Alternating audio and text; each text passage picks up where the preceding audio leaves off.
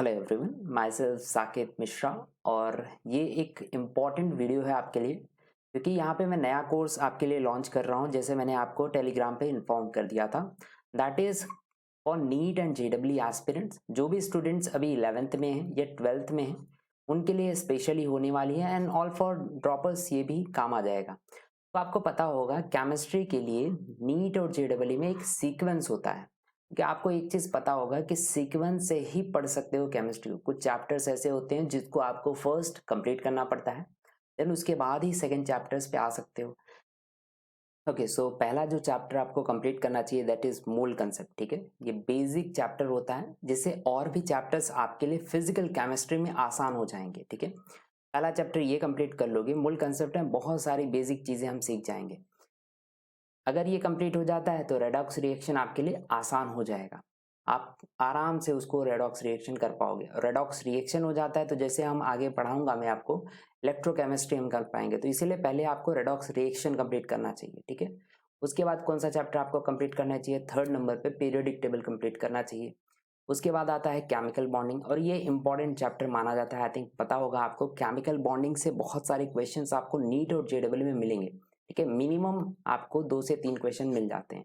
उसके बाद आपको करना है atomic structure, and then after that liquid solutions करने हैं। सॉल्यूशन चैप्टर आपको इजीली हो जाएगा। कोऑर्डिनेशन कंपाउंड्स उसके बाद करना। केमिकल बॉन्डिंग के कुछ थियरीज हम इसमें लगाने की ट्राई करेंगे, क्योंकि बॉन्डिंग्स कोऑर्डिनेशन कंपाउंड्स में भी आपको पता होगा बॉन्डिंग हम लोग करवाएंगे। ठीक है, तो tetrahedral, hexa and all 6 bond बनाएंगे, 4 बॉन्ड बनाएंगे। कहाँ से पता चलता होगा बॉन्डिंग बन रही है? दैट इज केमिकल बॉन्डिंग से। तो ज़्यादा बेटर वे में समझ में आएगा जब आपका केमिकल बॉन्डिंग चैप्टर हो जाएगा। देन उसके बाद आपको खत्म करना है इक्विलिब्रियम। दोनों equilibrium that is chemical and ionic, important chapters हैं, क्वेश्चंस एक्सपेक्ट कर सकते हो। मोल कंसेप्ट हो चुका है तो इजीली समझ में आने लगेगा आपको, क्योंकि यहाँ पे भी इक्विलिब्रियम में भी मोल के काम आते हैं। ठीक है, देन उसके बाद गैसेस स्टेट हमें करना है। After that thermodynamics. आपको पता होगा फिजिक्स में भी थर्मोडायनेमिक्स आता है, एंड जो थर्मोडायनेमिक्स वहाँ फिजिक्स में मिलेगा वो थोड़ा डिफरेंट होता है। यहाँ पे थोड़ा डिफरेंस क्यों मिलेगा? क्योंकि यहाँ पे आपको क्या पढ़ना पड़ता है साथ में? थर्मोकेमिस्ट्री, क्योंकि कुछ केमिकल रिएक्शंस में भी ये चीज़ें यूज होती हैं, थर्मोडायनेमिक यूज किया जाता है, उसको हम बोलते हैं थर्मोकेमिस्ट्री। तो ये चैप्टर्स उसके बाद आपको कंप्लीट करने चाहिए। आई थिंक आफ्टर दैट उसके बाद आपको करना है मेटलर्जी। मेटलर्जी बेसिक है।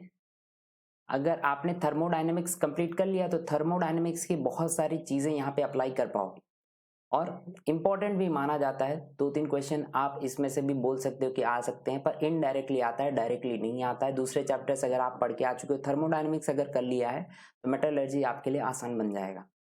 फिर आते हैं हम ब्लॉक वाले, जिसमें हमें करना है पहले एस ब्लॉक एंड हाइड्रोजन। उसके बाद डी एंड एफ ब्लॉक करना है। डी एंड एफ ब्लॉक जब आप करोगे तो आपको पता चलता होगा क्यों आसान बन जाएगा आपके लिए, क्योंकि आप पहले से ही क्या कर चुके होगे? Coordination compounds. अभी के लिए याद रखना, डी एन एफ ब्लॉक जो है काम आता है। कोऑर्डिनेशन कंपाउंड्स जो पढ़े हो आप initially, D and F block में अप्लाई कर पाओगे उसको। उसके बाद आपको करना है इलेक्ट्रोकेमिस्ट्री। इलेक्ट्रोकेमिस्ट्री में कौन सा चैप्टर काम आएगा आपको? रेडॉक्स चैप्टर जो हम करके आ चुके हैं ना, वो ज़्यादा काम आएगा। केमिकल काइनेटिक्स में भी मोल कंसेप्ट आपको लगेंगे, क्योंकि हम पहले ही से ही कंप्लीट कर चुके हैं, तो ये भी सीरीज आपके लिए आसान बन जाएगी। स्टेट वाइज भी इजीली हो जाएगा। 2 स्टेट्स आप पढ़ चुके हो, तीसरा स्टेट में भी हार्ड नहीं पड़ता है, इजी है। उसके बाद आता है पी ब्लॉक, एंड ये आपको 11th में भी मिल जाता है चैप्टर, एंड 12th में भी मिलता है। तो 11th एंड 12th के हिसाब से अगर देखने जाते हो तो दोनों कंप्लीट करने हैं आपको।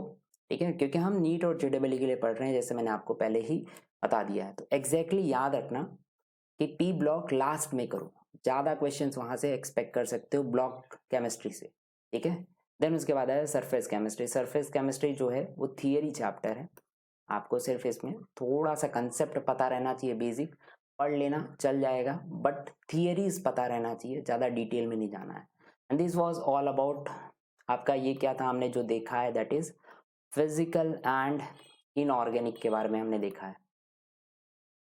अभी ट्राई करते हैं कि ऑर्गेनिक में क्या क्या। तो यहाँ पे हम लोग क्या देख लेते हैं, ऑर्गेनिक के बारे में देख लेते हैं, ऑर्गेनिक में क्या सीरीज होना चाहिए। अब देखो, ऑर्गेनिक जो होता है ना वो इंपॉर्टेंट बन जाता है आपके लिए। फिजिकल केमिस्ट्री अगर पढ़ लिया है आपने और इनऑर्गेनिक केमिस्ट्री पढ़ लिया, तो इनऑर्गेनिक में जो bonding and all, chemical bonding आपने पढ़ा होगा, कोऑर्डिनेशन पढ़ा होगा, ये सब चीज़ें यहाँ पे भी कहीं ना कहीं काम आएंगी।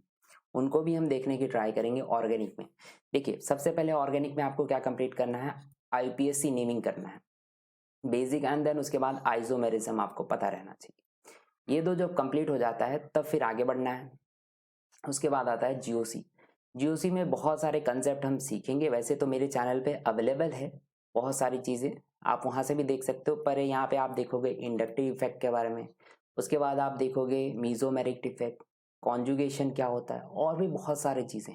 ठीक है, तो ये पहले कंप्लीट करना है और ये कंप्लीट करना है। अगर GOC आपको समझ में आ जाता है, इंडक्टिव इफेक्ट होता क्या है, कॉन्जुगेशन होता क्या है, ये सब चीज़ें अगर समझ में आ गई तो रिएक्शन मैकेनिज्म भी आपको थोड़ा बहुत समझ में आने लगेगा।